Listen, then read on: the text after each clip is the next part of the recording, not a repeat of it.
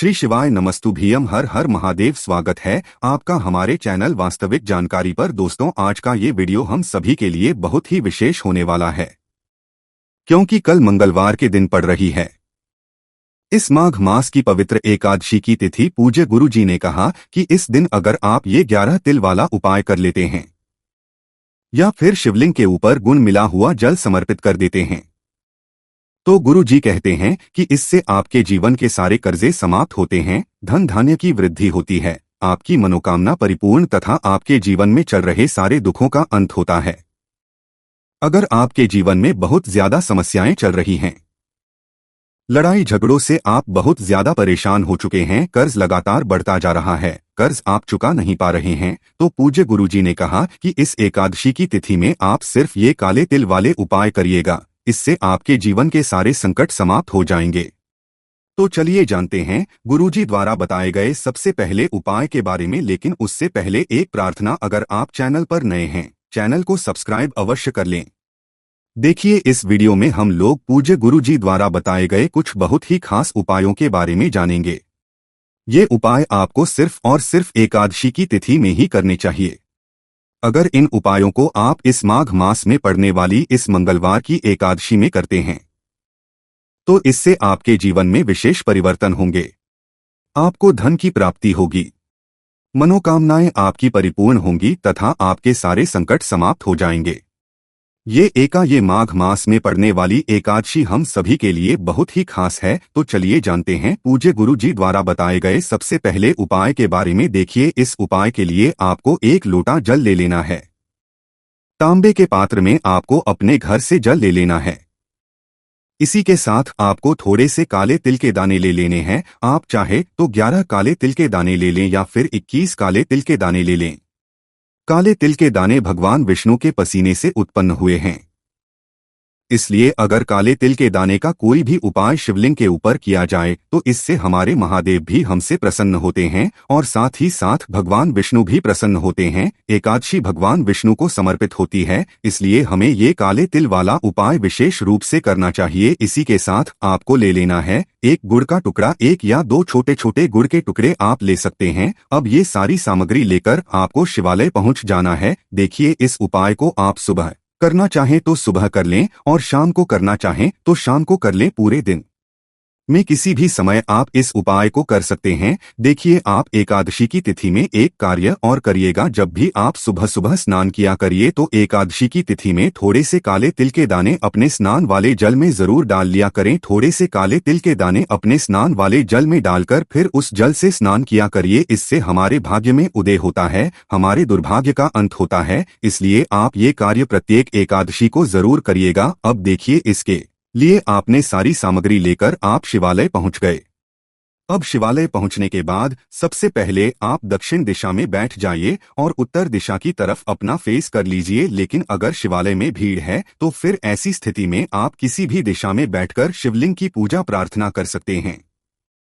अब आप ये जो काले तिल के दाने लेकर आए हैं, इनको एक एक करके इस 1 लोटे जल में डालते जाइए और लगातार श्री शिवाय नमस्तुभ्यम मंत्र का स्मरण करते जाइए। 1 काले तिल के दाने को 1 लोटे जल में डालिए, श्री शिवाय नमस्तुभ्यम मंत्र बोलिए, फिर तिल का दाना डालिए, श्री शिवाय नमस्तुभ्यम मंत्र बोलिए।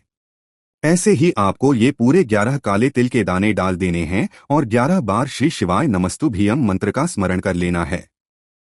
फिर इसके बाद आप 1 या 2 जितने भी गुड़ के टुकड़े लेकर आए हैं, उनको भी इस 1 लोटे जल में डाल लीजिए और श्री शिवाय नमस्तुभ्यम मंत्र का स्मरण कर लीजिए। अब आपका ये 1 लोटे जल का मिश्रण तैयार हो गया है। इस 1 लोटे जल के मिश्रण को आप धीरे धीरे शिवलिंग के ऊपर समर्पित करते जाइए और लगातार श्री शिवा नमः मंत्र का स्मरण करते जाइए। पूज्य गुरुजी हमेशा अपने शिव महापुराण की कथा में कहते हैं कि जल आपको बिल्कुल धीरे धीरे समर्पित करना चाहिए और जल समर्पित करते हुए आप कम से कम 11 बार श्री शिवा नमः मंत्र का स्मरण जरूर करिएगा। इसके बाद आपके जीवन में जो कर्ज की समस्या चल रही है, आपके जीवन में जो भी समस्याएं चल रही हैं, उनको दूर करने की आप महादेव से प्रार्थना कर लीजिए। देखिए, जो गुण होता है वो हमारे जीवन में तेज की वृद्धि करता है, तेज की प्राप्ति करवाता है, इसलिए ये गुड़ आपके जीवन को तेज में ही बनाएगा और ये काले तिल आपके जीवन में धन धान्य की प्राप्ति करवाएंगे, जिससे आपका सारा कर्ज समाप्त होगा। और पूज्य गुरु जी कहते हैं कि अगर हम लोग एकादशी में इस उपाय को करते हैं तो हमें विशेष रूप से भगवान विष्णु की तथा महादेव की एक साथ कृपा प्राप्त होती है। इसलिए आप इस एकादशी की तिथि में इस उपाय को जरूर करिएगा। हम जानते हैं गुरु जी द्वारा बताए गए दूसरे खास उपाय के बारे में। इस उपाय के लिए आप सिर्फ और सिर्फ एक रोटी ले लेनी है। रोटी आप अपने घर पर जो भी बनाते हैं उसमें से आपको एक रोटी ले लेनी है।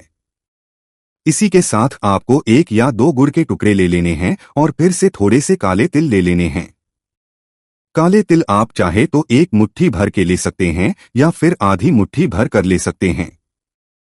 जितने भी काले तिल आप ले सकें उतने ले लें और इस गुड़ के टुकड़े को और इन काले तिल के दानों को आप इस रोटी के ऊपर रख लीजिए। देखिए, रोटी के ऊपर इनको रखकर आप इस रोटी को चाहे लें या फिर किसी भी प्रकार से इस रोटी को आप गाय माता को खिला दीजिए। अगर लाल रंग की गाय माता मिल जाती है तो ये हमारे लिए बहुत ही विशेष हो जाता है, नहीं तो आप किसी भी रंग की गाय माता को खिला सकते हैं। देखिए, हम सभी जानते हैं कि हमारी जो गौ माता होती हैं उनमें 33 कोटि देवी देवताओं का वास होता है। इसलिए अपने जीवन में किसी भी प्रकार की देवी देवताओं की कृपा प्राप्त करने के लिए अगर हम गाय माता को एकादशी की तिथि में इस विशेष रोटी को खिला तो गुरुजी ने कहा कि इससे हमें विशेष रूप से गाय माता की कृपा के साथ समस्त देवी देवताओं की कृपा प्राप्त होती है और हमारे जीवन में जो भी दुर्भाग्य चल रहा है, जो भी संकट चल रहे हैं, जो भी समस्याएं चल रही हैं, उनमें हमें धीरे धीरे आराम मिलना शुरू हो जाता है। देखिए, ये उपाय उन लोगों को करना है जिनके जीवन में संकट समस्याएं बहुत ज्यादा हैं। गाय माता को अगर आप ये रोटी हर एकादशी को खिलाना शुरू कर देते हैं तो गुरु जी ने कहा सिर्फ 2 या 3 एकादशी आप इस उपाय को कर लेते हैं तो आपके जीवन में चमत्कारी परिणाम होना शुरू हो जाते हैं। आपके सारे कार्य बनना प्रारंभ हो जाते हैं।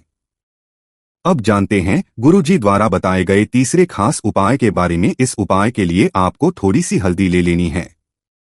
आप चाहे तो 1 चुटकी हल्दी ले लें या 2 चुटकी हल्दी ले लें। शुद्ध पीसी हुई आपको हल्दी ले लेनी है और इसी के साथ आपको 11 या 21 काले तिल के दाने ले लेने हैं। अब देखिए, ये 2 सामग्री लेने के बाद आपको 1 लोटा जल ले लेना है। इस लोटे जल में आपको ये दोनों सामग्री डाल लेनी है। आप जितने भी काले तिल के दाने लेकर आए हैं उनको डाल लीजिए और जितनी भी आप हल्दी लेकर आए हैं 1 चुटकी या 2 चुटकी जितनी भी लेकर आए हैं उसको भी इस 1 लोटे जल में डाल लीजिए। आप ये 1 लोटे जल का मिश्रण लेकर आपको पहुंच जाना है किसी भी पीपल के वृक्ष के नीचे। देखिए, पीपल के वृक्ष को आप स्पर्श मत करिएगा, टच मत करिएगा, बल्कि इस 1 लोटे जल को आप धीरे धीरे पीपल के वृक्ष की जड़ में समर्पित करते जाइएगा तथा लगातार इस मंत्र का स्मरण करते जाइएगा। भगवान विष्णु का बहुत ही प्रिय मंत्र है। ओम नमो भगवते वासुदेवा। इस मंत्र का स्मरण करते जाइए और धीरे धीरे इस 1 लोटे जल को वहीं पर समर्पित करते जाइए। फिर पीपल के वृक्ष के नीचे ही बैठकर आपके जीवन में जो भी समस्याएं चल रही है, चाहे धन की समस्या चल रही हो, चाहे व्यापार की समस्या चल रही हो, चाहे किसी भी प्रकार की समस्या चल रही हो, उसको दूर करने की आपको भगवान विष्णु से प्रार्थना कर लेनी है और फिर अपने घर आ जाना है। गुरुजी कहते हैं कि एकादशी की तिथि में विशेष रूप से हल्दी और काले तिल के दानों से किया गया ये उपाय आपके दुर्भाग्य को समाप्त करके सौभाग्य में वृद्धि करता है और आपकी धन से जुड़ी हुई सारी समस्याओं को समाप्त कर देता है। अब जानते हैं गुरुजी द्वारा बताए गए सबसे आखिरी उपाय के बारे में। देखिए, इस उपाय के लिए आपको 1 लौंग ले लेनी है। 1 फूल वाली लौंग ले लीजिए और साथ ही साथ आपको 1 लोटा जल ले लेना है और सबसे आखिर में आपको थोड़ा सा चंदन ले लेना है। महादेव को लाल चंदन अत्यधिक प्रिय लगता है, इसलिए आपको सिर्फ ये 3 सामग्री लेकर शिवालय पहुंच जाना है। ये उपाय आप सुबह करना चाहें तो सुबह कर लें और शाम को करना चाहें तो शाम को कर लें। शिवालय पहुंचने के बाद सबसे पहले आप जो लाल चंदन लेकर आए हैं उसको धीरे धीरे शिवलिंग में इस लाल चंदन का लेपन करते जाइए और लेपन करते हुए आपको लगातार श्री मंत्र का स्मरण करते जाना है। पूज्य गुरुजी ने कहा कि आपको अपने मन में बहुत ही सुंदर कि मेरे जीवन में जो समस्याएं चल रही हैं वह सारी समस्याएं समाप्त हो रही हैं। चाहे आपका विवाह ना हो रहा हो, विशेष रूप से अगर आपका विवाह नहीं हो पा रहा है या फिर कर्ज की समस्या चल रही है या फिर किसी भी प्रकार की समस्या है, तो अपने मन में आपको बहुत ही शुभ भाव रखने हैं और उन्हीं शुभ भाव को रखते हुए श्री मंत्र का स्मरण करना है और इस चंदन का लेपन करते जाना है। इसके बाद आप जो एक लौंग लेकर आए उसको इस एक लोटे जल में डाल लेना है और फिर जल आपको धीरे धीरे शिवलिंग के ऊपर समर्पित करते जाना है। जल समर्पित करते हुए आप लगातार श्री शिवा नमः मंत्र का स्मरण जरूर करिएगा। इसके बाद वहीं शिवलिंग के सामने बैठकर बाबा से प्रार्थना करते हुए उनसे अपनी मनोकामना बोलते हुए तथा श्री शिवाय नमस्तुभ्यम मंत्र का लगातार स्मरण करते हुए पूज्य गुरुजी हमेशा अपनी कथा में कहते हैं कि हमें इस मंत्र का पूरे दिन में कई बार उच्चारण करना चाहिए। इसलिए आप लोग श्री शिवाय नमस्तुभ्यम मंत्र का स्मरण करते हुए फिर अपने घर आ जाइए। गुरुजी ने कहा कि महादेव को प्रसन्न करके अपनी मनोकामना को परिपूर्ण करने के लिए ये उपाय सर्वश्रेष्ठ है। अब आप अपने हिसाब से इन उपाय को कर सकते हैं। कोई भी दिक्कत, समस्या, परेशानी आती है तो सामने से कमेंट करके पूछ सकते हैं। साथ ही हमारे वेबसाइट वास्तविक जानकारी .blogspot.com पर जाकर भी आप लोग ये वाले उपाय को अच्छे से पढ़ सकते हो और वहां से भी जो है इस उपाय की जानकारी ले सकते हो। श्री शिवाय नमस्तुभ्यम। हर हर महादेव।